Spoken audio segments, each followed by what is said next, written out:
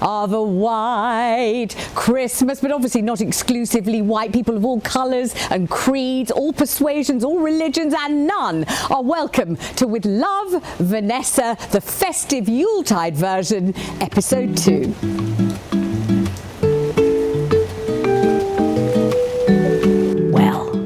Were charming. In fact, you were enchanting about the magnificent Christmas snowy tableau scene that I elevated your Christmas with last week. In fact, you were so wonderful that you started overflowing with compassion and empathy, and many of you said, Vanessa, what about the animals? Animals have Christmas too, don't they? If you could talk to the animals, you said, make, Vanessa, will you, for us, to show us how to uplift and make our Christmas precious like a casket of myrrh and frankincense. Make us an animal snow scene. So that is what I'm going to do now. So here is my platter, lovely, made of durable melamine. I put that there. Then I take, as you can see, a bag of giant marshmallows. I take a Sharpie, like this. Oh no, hang on, it's not a Sharpie, that's actually a paintbrush. Don't try that. That's for later. Now, where is H when I need some hefty help? Right, here we go.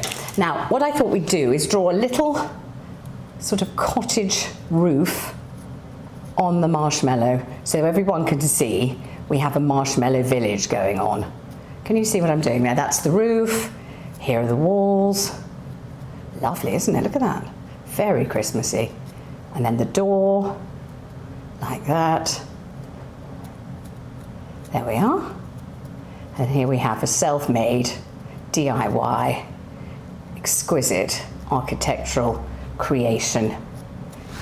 Your homemade Christmas cottage. So we start with that. Lovely, inviting, and charming. Then we take our package of, I don't know if you know about these, you may not have discovered them. You may lead a small, diminished, dwindled kind of life. You may be living on a budget, even heaven forfend a pension, and you may not be able to afford life's luxuries, but if you can splash out, these are called Maltesers, and they are an international brand.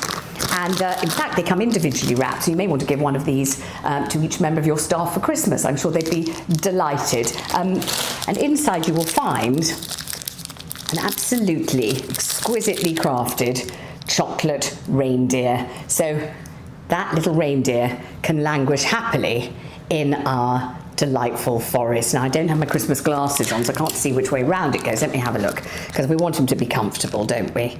I actually, looking at it with my glasses, I can't really see which way. I think it's that way round. So we'll just have him leaning casually. Look at that. Just casually reclining against the cottage. Lovely.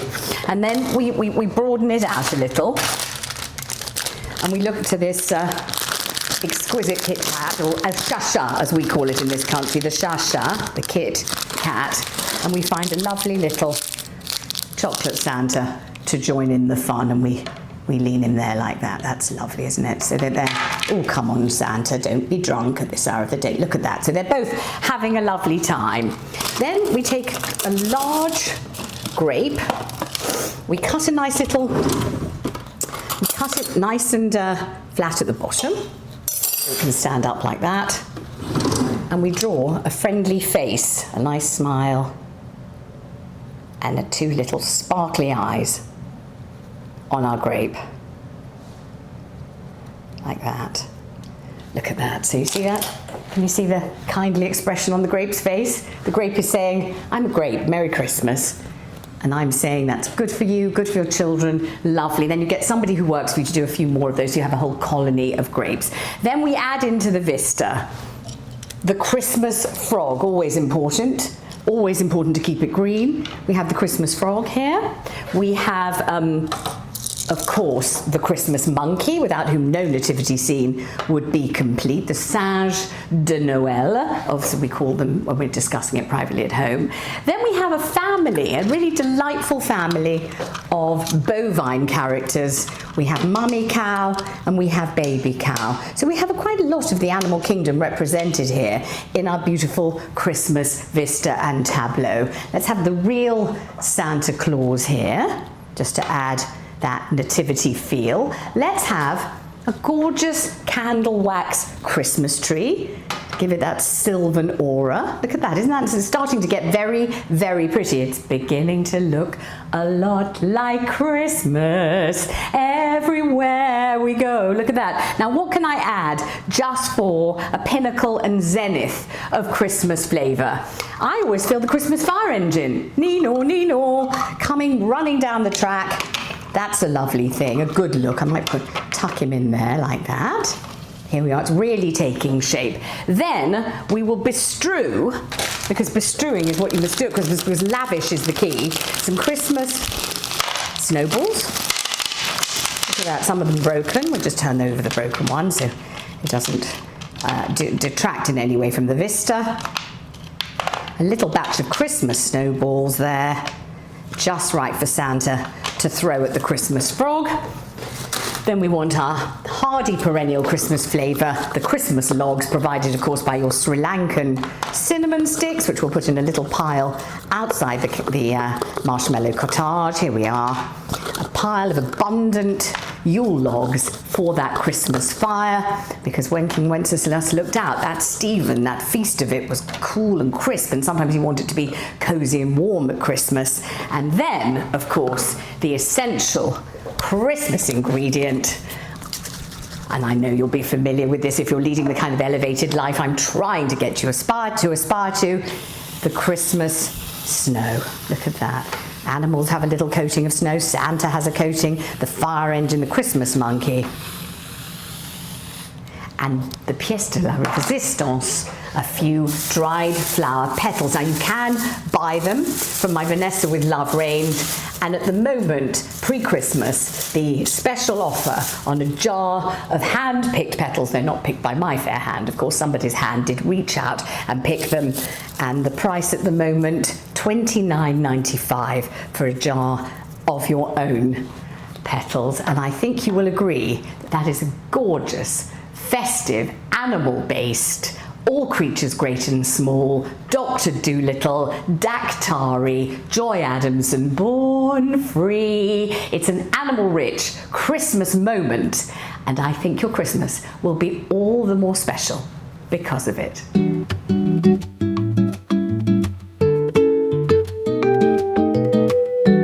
Browsing through the open aspect aisles of the Ile de Tescos the other day, I did come upon this. I was searching for inspo, of course, because I know you love to gain your inspo from moi. So I was searching for inspo when I came upon this. It is Nestles, as we used to call it in my generation, now known for no reason I understand as Nestlé, and it's the white selection. And I simply want to assure you that this is not chocolate purely for Aryans. This is chocolate that can be enjoyed by anybody of any hue, colour, creed, persuasion, sexual inclination, LBGTQ++, brackets, minus, question mark, plus, whatever your proclivities, you are entitled to tuck into this chocolate. Do not let this title, the white selection, put you off. Certainly anybody can choose to select from this delightful assortment, regardless. What will your friends, especially those you've known for no longer than 5 or 6 minutes, truly cherish this Christmas? Of course, it is something that you have crafted at home, personally, with your own fair hand.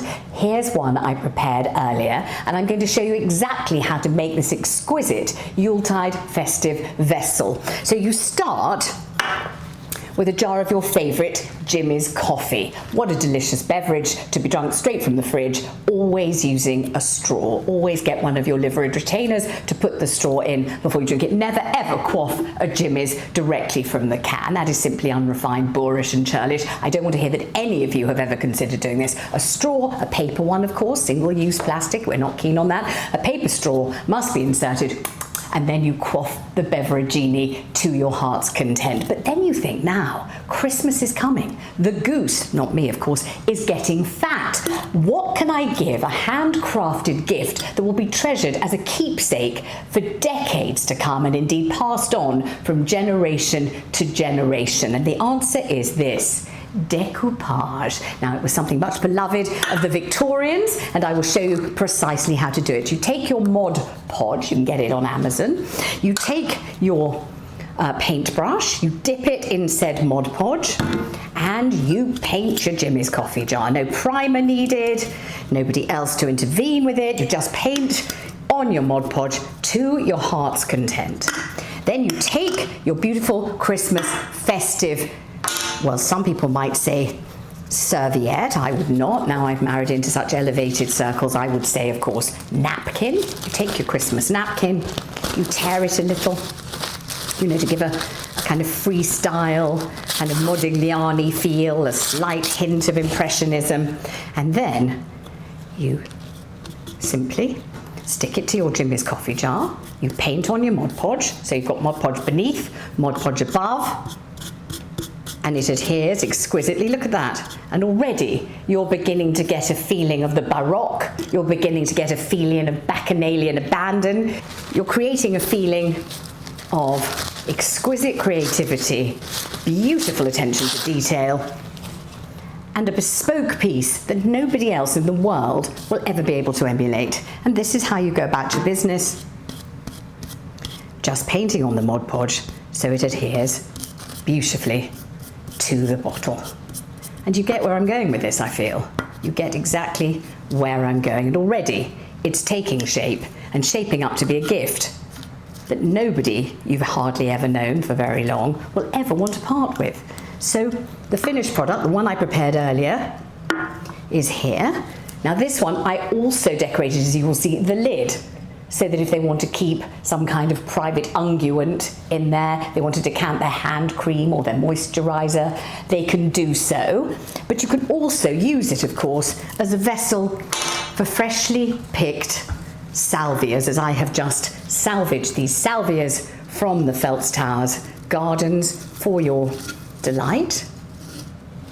And look at that, a handcrafted keepsake that will last from generation unto generation, bringing joy just like the Christmas star. May I introduce you to Vanessa's little helper, AMW. You work out who I've named my little helper after, but all I can tell you is he is at leisure and has plenty of time to assist me with my Christmas preparations, but I will be keeping him away from the children and younger people. Now, I have told you before how important it is to have a conversazione piece. What does that mean? It means something to spark conversation, discussion, to elevate your conversation. Obviously you said, delicious turkey, or the turkey legs are a little dry, or thank you very much indeed for the pine-scented hand wash. You've done all of that. You want to elevate the conversation. You want something to spark discussion, a repartee, quips, aphorisms, bon mot. You need the whole thing going on, just as I normally have at Feltz Towers. So let me introduce you to this magnificent creation that I spotted at the Robert Dias pre-Christmas launch party. Now, if you've not heard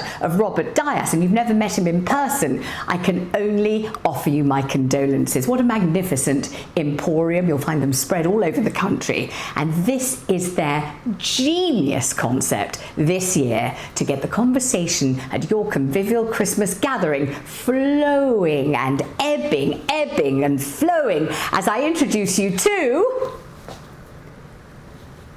What do you notice about this tree?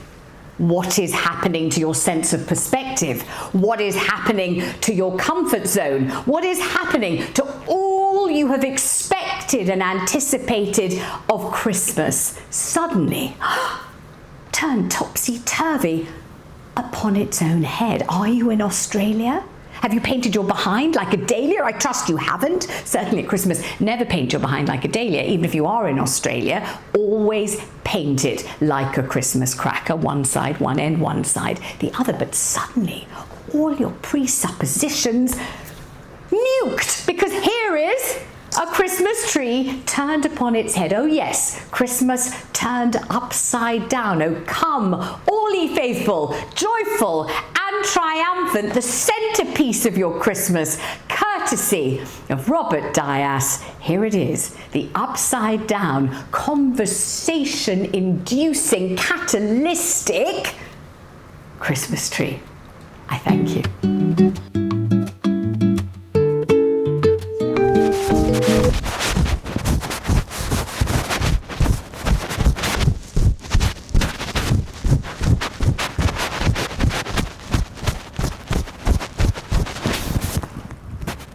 Sexy.